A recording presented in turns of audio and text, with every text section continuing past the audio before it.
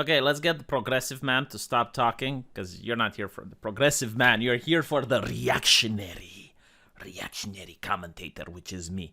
So at first, I prayed it's not an April joke, and thankfully, it's not. E3 has been canceled. Now, the first time they canceled it because of the pandemic, and now they're canceling it digitally as well, which is a good thing, you know? But as happy as I was that it's canceled, because it's a sign to the gaming industry that, look, you're fucking it up. Now, obviously, they're not going to get the message. They're not going to understand what they're doing wrong. They're probably going to be advised that, no, everything you're doing, keep it going. All right? There's nothing wrong with the AAA industry. Everything is fine. Just keep doing everything you've been doing up till now. Like, okay. So, I don't have high hopes. Even though it's a little bit cathartic to see it go down. But the sad part is that I used to like E3. And I think everyone used to like E3. Like back in the day when corporations actually tried to attract customers. I mean, if you look at any of the modern game shows, they're not trying to attract you. Like that's what I got last time I looked at a video gaming convention. They weren't trying to attract me as a customer. They were trying to prove to the journalists that they're very progressive. They were trying to show off how forward-thinking and how sensitive they are about issues. I mean, you had, I believe it was Ubisoft, one of their lead developers saying that we want to change the world with our video games. And I'm like, what? Just make entertainment and shut the fuck up. Yeah, but seriously, like last time I watched E3, I think I was streaming it live. 60% of it was just developers talking shit. Like, 40% of it was the games. It should be the other way around. I was just like, can you please shut the fuck up and show me the trailers? That's literally what I wanted. And it was very difficult to get what I wanted. Unfortunately, the stream isn't up because copyright issues. Of course, you know, they went on a copyright frenzy. Like, how dare you show their video games to other people? But I guess, like, the biggest problem is that there is no more subcultures anymore. And I thought about it. It's not just video games. There aren't any more subcultures. Everything else is progressive gobbledygook. It's like the same culture everywhere you go. They care about the same issues. They talk about the same shit. You go to a knitting community, they talk about immigration and Trump. And it's like, fucking hell. Like, there is no more refuge. And it wasn't like this, you know? Like, they attacked E3 so hard. I mean, the first thing they went saying, oh my god, the booth babes. Yeah, the booth babes, yeah. Yeah, congratulations, you got some women fired.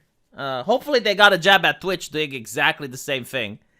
But, yeah, I mean, everything is sanitized, you know? Like, everything is so corporate. Everything is moving away from what the customer wants. Like, when is the last time? No, be honest. When is the last time that you had, like, a video gaming company poll its community? Like, make a survey, make a poll where they actually ask what the community wants. Because they used to actually do that, you know? Like, the fun, ironic thing is that NeoGAF, you know, it was a gaming forum.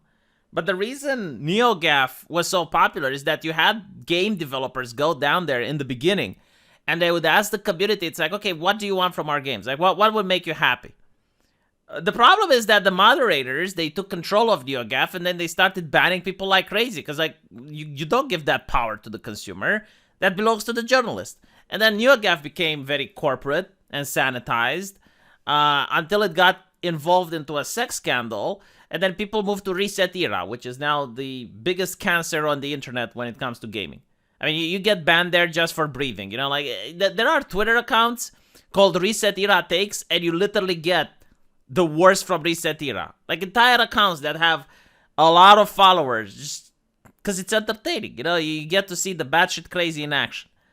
So, that's how the gaming community, you know, it lost E3, I guess. It lost its culture, really. Like, it used to mean something. It's like, oh, you're a gamer. Like, if I was in a classroom and I asked one of my colleagues, it's like, oh, do you play video games? If they said yes, like, there was a connection there. Like, you did that as a guy that you can spend time with and you'd have fun. But now it's like, oh, you're a gamer. Okay. It's kind of like asking someone if they read books, you know? Like, that doesn't tell you much. I mean, just because you're reading a book doesn't mean we share things in common. I mean, you can read 50 Shades of Grey and I can read the Encyclopedia Dramatica.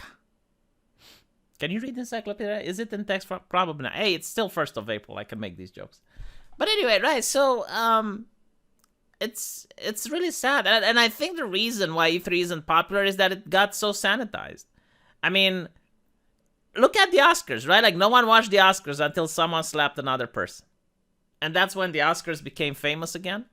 Like, people want to watch the edginess, which the corporations have done their utmost best to remove them. People want to watch the boof babes. I'm sorry, but it's true. People legitimately want to watch the boof babes. Even the progressives, right? Like, even the feminists, they want the boof babes back. Why? Because then they can talk about it. They can get some clout by talking and complaining about the boof babes.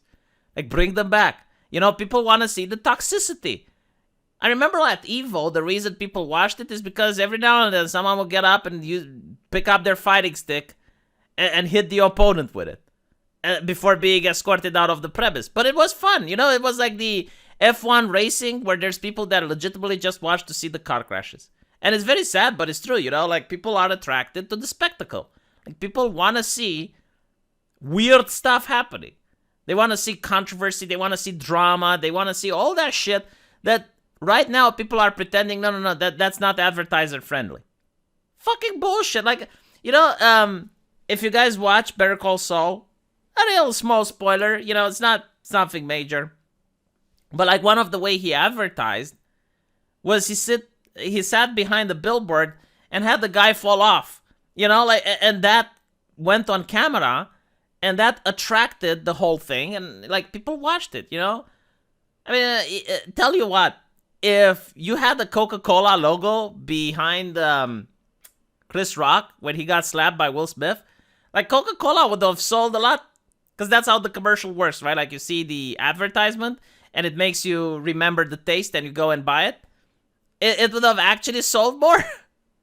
Because people want to see the spectacle. This whole thing with advertisement friendly is just bullshit. It is absolute bullshit. It doesn't translate to the actual consumer. So this is what you get. You know, you sanitize and sanitize and sanitize and now they're pulling out. And by the way, you know, I don't think it's just because of that. There are other factors at play. Like, for example, a lot of companies are investing into mobile gaming. And, you know, there's less AAA games coming out. Like, okay, fine, you know, like that can't be avoided. But there's a lot of other things that definitely could have been avoided. So, I don't know if we're going to get it next year. I mean, personally, you know, I say that I'm happy as a gamer that it's not there, but like as a streamer, I would have loved it free. You know, I got a little bit of entertainment watching it and talking with you guys about it, but we're not going to have it anymore. So I still think it's a good thing overall. Let me know what you guys think, though, and I'll see you in the comment section. Take care.